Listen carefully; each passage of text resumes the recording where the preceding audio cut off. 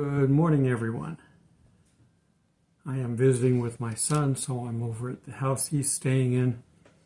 And of course, you can see they've decorated for Christmas. There's no tree over there. There's wreaths and all the other stuff. Anyhow, we should be in a festive mood for Christmas. As I'm recording this, and you will see this the day before Christmas Eve. The point I want to make about this is, yes, people have distorted Christmas, made it a big commercial thing, but you don't have to.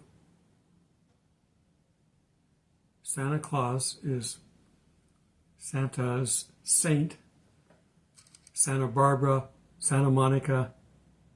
Take the TA off the end of it. You've got San Francisco, San Diego, all kinds of Sans out there. It is St. Claus, essentially.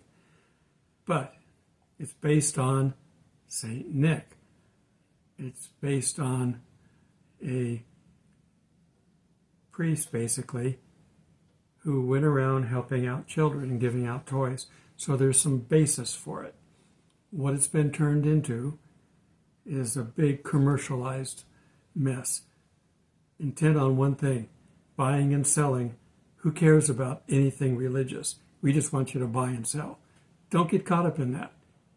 Celebrate Christmas in the spirit that it was created initially.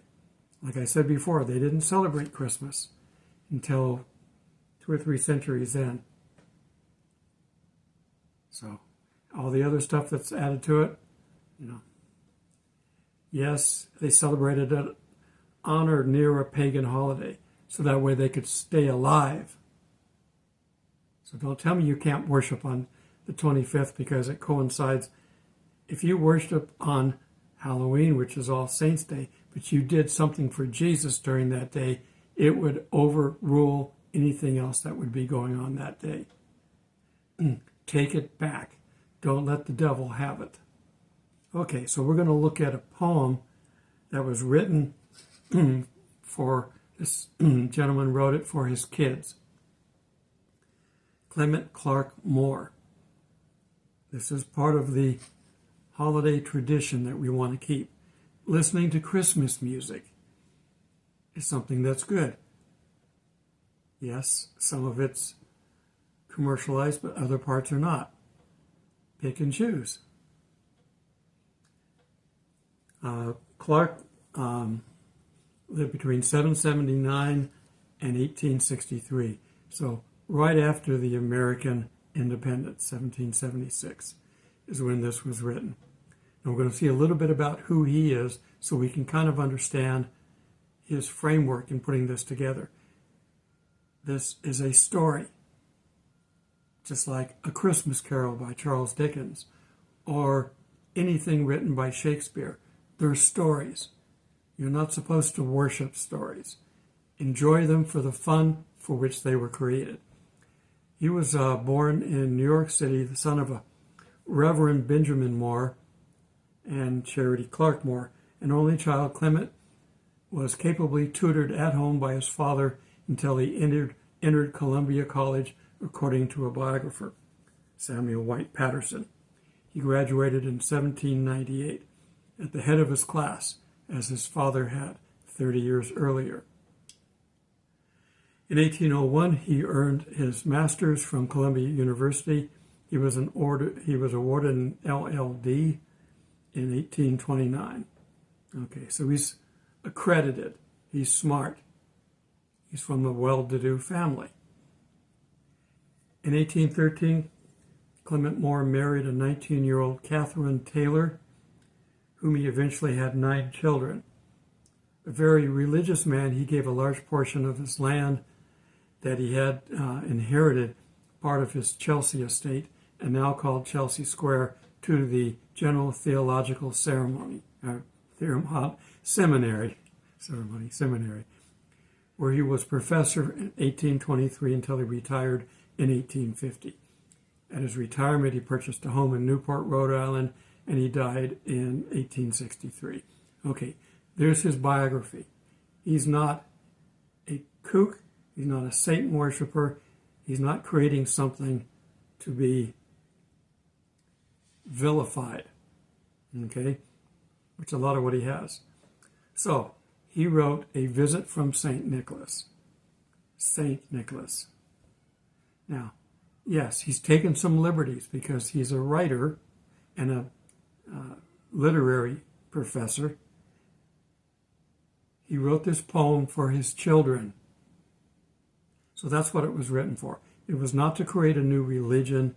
It was not to create an icon that would be with us forever and ever and take the place of Jesus. No, hardly that. It was fiction, fun. Star Wars, Star Trek, fiction.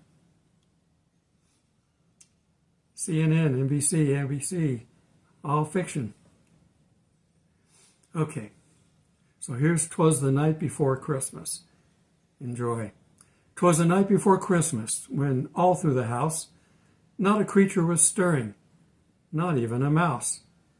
There were stockings hung by the chimney with care, in hopes that St. Nicholas soon would be there. Their children were nestled all snug in their beds, while visions of sugar plums danced in their heads. And Mama in her kerchief and I in my cap had just settled our brains for a long winter's nap. When out on the lawn there arose such a clatter, I sprang from my bed to see what was the matter. Away to the window I flew in a flash, tore open the shutters and threw up the sash. The moon on the breast of the new-fallen snow gave a lust of midday to the objects below, when what did my wondering eyes did appear but a miniature sleigh and 8 tiny reindeer.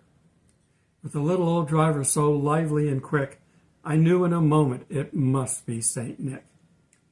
More rapid than eagles his coursers they came, and he whistled and shouted and called them by name. Now Dasher, now Dasher, now Dancer, now Prancer and Vixen, on Comet and Cupid, Donner and Blitzen, to the top of the porch, to the top of the wall. Now dash away, dash away, dash away all. As leaves that before the wind hurricane fly, when they met with an obstacle, mount to the sky. So up on the housetop the coursers they flew, with a sleigh full of toys, and St. Nicholas too. And then in a twinkling I heard on the roof the prancing and pawing of each little hoof. As I drew on my head and I was turning around, down the chimney St. Nicholas came with a bound. He was dressed all in fur from head to his foot, and his clothes were all tarnished with ashes and soot. A bundle of toys he had flung on his back, and he looked like a peddler just opening his pack. His eyes, how they twinkled, his dimples how merry. His cheeks were like roses, his nose like a cherry. His droll little mouth was drawn up like a bow, and the beard on his chin was as white as the snow. The stump of a pipe he held tight in his teeth, and the smoke had encircled his head like a wreath. He had a broad face and a little round belly that shook when he laughed like a bowl full of jelly. He was chubby and plump, a right jolly old elf, and I laughed when I saw him, in spite of myself. A wink in his eye and a twist of his head soon gave me to know I had nothing to dread. He spoke not a word, but went straight to his work, and filled all the stockings, and turned with a jerk, and laying his finger aside of his nose, giving a nod, up the chimney he rose. He sprang to his sleigh, and the team gave a whistle, and away they flew, like the dawn of a thistle. And I heard him exclaim, ere he drove out of sight, "Happy Christmas to all, and to all a good night." That was a poem to entertain his kids. You can imagine his kids laughing at some of the lyrics in here. His belly shook like a bowl full of jelly. They would have liked that. Sugar plums dancing in their heads. There was a mouse in the house that apparently was quiet that night. These older homes, mice could get in easier. All this gives you a storyline of what it was like at the change from the 17th to the 18th century there.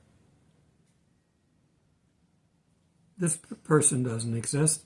This is fiction, fun fiction for kids. Now, you can read the story and tell them that it's fiction, but they could imagine what this creature would have looked like and how he would have been. Very well described. So don't worry about it. Have fun. Have a Merry Christmas. Till we meet in the clouds. God bless.